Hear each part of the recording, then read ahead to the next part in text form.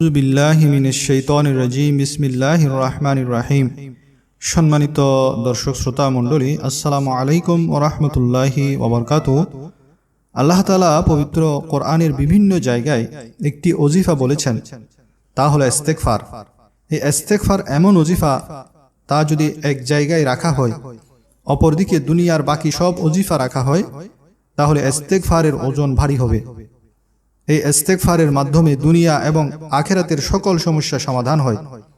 আর্থিক সমস্যা, পারিবারিক সমস্যা, মানসিক সমস্যা, শারীরিক সমস্যা, সামাজিক সমস্যা, রাষ্ট্রীয় সমস্যা, সন্তান সন্ততির সমস্যা, সব সমস্যা সমাধানের ওয়াদা করেছেন স্বয়ং মহান রব্বুল আলামিন। আল্লাহ রাসূল সাল্লাল্লাহু আলাইহি ওয়াসাল্লাম ইস্তেগফার যারা করেন তাদেরকে 17টি উপকারের কথা বলেছেন। আপনি যদি দুনিয়াতে সকল সুখ শান্তি লাভ করতে চান, সচ্ছলতা লাভ করতে চান, দারিদ্রতা দূর করতে চান, গায়েবী সাহায্য চান, মনের সব আশা পূরণ হোক তা চান, কল্পনাতীত জায়গা থেকে রিজিক ধন সম্পদ আসুক তা চান, তাহলে ইস্তেগফারের আমলের বিকল্প নেই। আজ আমি কোন ইস্তেগফারটি পড়বেন, কখন পড়বেন, কতবার পড়বেন, বিস্তারিত আলোচনা করব।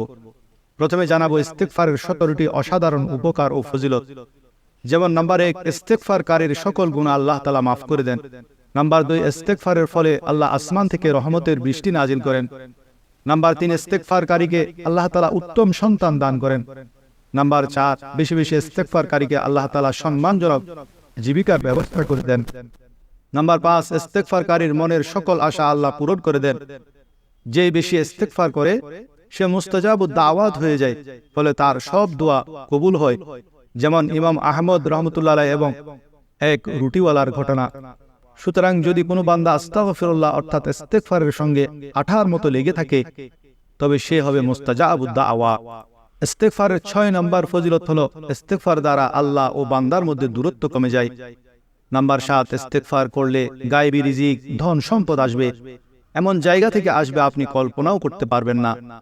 নাম্বার 8, ইস্তেগফারকারীকে মানুষ, শয়তান ও জিন শয়তান থেকে আল্লাহ হেফাজত করেন।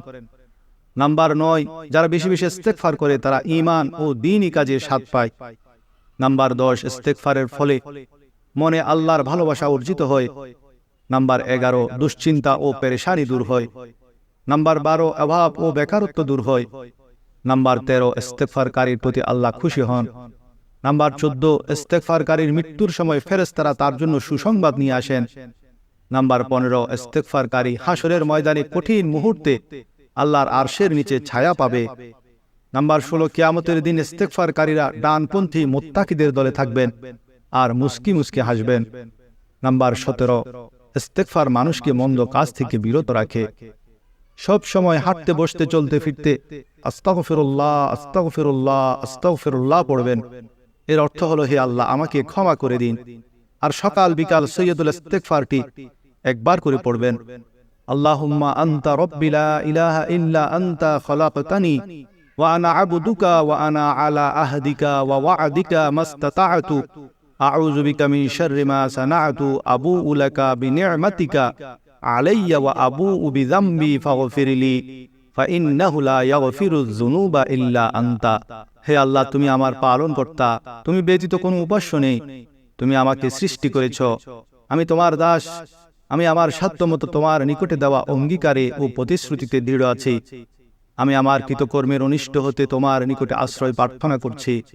আমি আমার উপরে তোমার দেওয়া অনুগ্রহকে স্বীকার করছি এবং আমি আমার গুনাহকে স্বীকৃতি দিচ্ছি। অতএব তুমি আমাকে ক্ষমা করো, কেননা তুমি ব্যতীত পাপসমূহ ক্ষমা করার কেউ নেই। সূরা আনফালে আল্লাহ তাআলা ইরশাদ করেন, ইস্তেগফারের দ্বারা আযাব দূর হয়। সূরা হুদে আল্লাহ তাআলা ফরমায়েছেন, ইস্তেগফারের দ্বারা তোমার শক্তি বৃদ্ধি পাবে।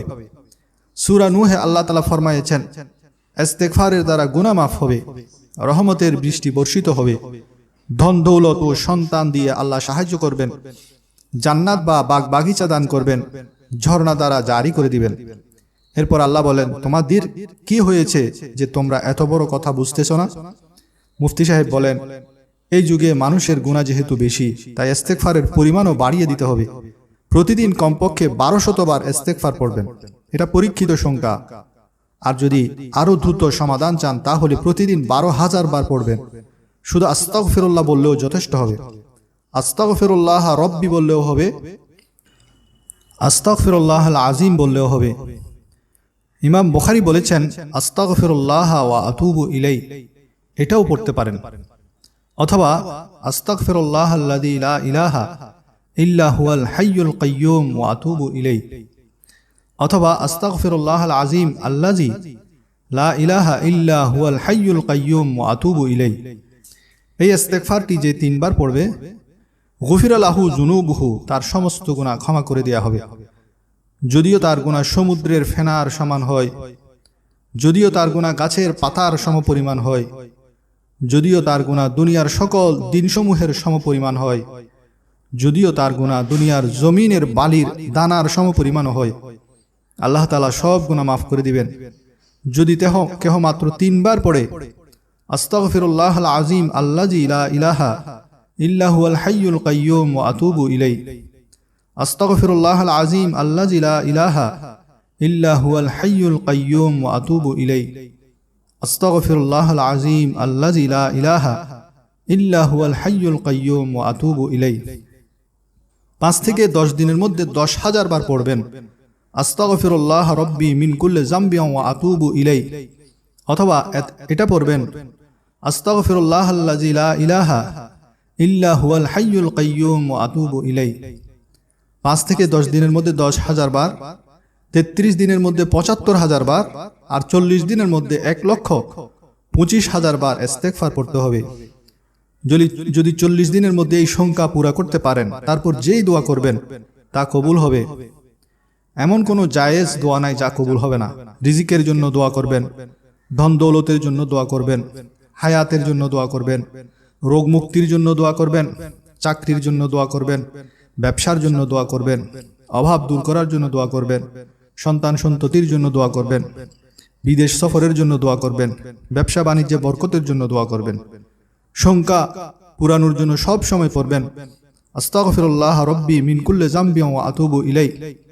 অথবা সাইয়্যিদুল ইস্তিগফারও পড়তে পারেন আল্লাহুম্মা আনতা রব্বি লা ইলাহা ইল্লা আনতা খালাকতানি ওয়া আনা আবুদুকা ওয়া আনা আলা আহদিকা ওয়া ওয়া'দিকা মাসতাতা'তু আউযু বিকা মিন শাররি মা সানা'তু আবুউ লাকা বিনি'মাতিকা আলাইয়া ওয়া আবুউ বিযামবি ফাগফিরলি ফাইন্নাহু লা ইয়াগফিরুয যুনুবা ইল্লা আনতা। অথবা শুধু এভাবে পড়বেন আস্তাগফিরুল্লাহ রাব্বি আস্তাগফিরুল্লাহ রাব্বি আস্তাগফিরুল্লাহ রাব্বি। ইস্তেগফার সকল আশারজু পূরণের জন্য সর্বশ্রেষ্ঠ ওজিফা। শুধু জবানে পড়লে কিন্তু দিল তা থেকে গাফেল থাকলে তাতে কাজ হবে না। মুখে পড়তে হবে, অন্তরে গুনাহ মাফের প্রবল ইচ্ছা থাকতে হবে। ইস্তেগফারের দ্বারা প্রথম ফায়দা হলো সব ধরনের গুনাহ মাফ হবে, সেই জন্য খুব বেশি বেশি পড়তে হবে। প্রত্যেক নামাজের পর কমপক্ষে 100 বার ইস্তেগফার করবেন। দ্বিতীয় ফায়দা হলো দুনিয়ার আবাদের জন্য যে বৃষ্টি আসে, সেই বৃষ্টিও এই ইস্তেগফারের বরকতে হয়। সন্তান লাভ হবে, ধন দৌলত বৃদ্ধি পাবে, ঝর্ণাধারা প্রবাহিত হবে। আল্লাহ তাআলা সূরা নূহে বলেন আউযু বিল্লাহি মিনাশ শাইতানির রাজীম فقلت استغفروا ربكم إنه كان غفارا। অতঃপর বলেছি তোমরা তোমাদের পালনকর্তার কাছে ক্ষমা প্রার্থনা করো, তিনি অত্যন্ত ক্ষমাশীল। ইউরসিলিস সামাআ আলাইকুম মিদরারা, তিনি তোমাদের উপর অজস্র বৃষ্টিধারা ছেড়ে দেবেন। ওয়ায়ুমদিদকুম বিআমওয়ালিন ওয়া বানিন ওয়ায়াজআল লাকুম জান্নাতিন ওয়ায়াজআল লাকুম আনহারা, তোমাদের ধন সম্পদ সন্তান সন্ততি বাড়িয়ে দিবেন, তোমাদের জন্য উদ্যান স্থাপন করবেন, তোমাদের জন্য নদীনালা প্রবাহিত করবেন। মা লাকুম লা তারজুনা লিল্লাহি ওয়াকারা, তোমাদের কি হলো যে তোমরা আল্লাহ তাআলার শ্রেষ্ঠত্ব আশা করছো না?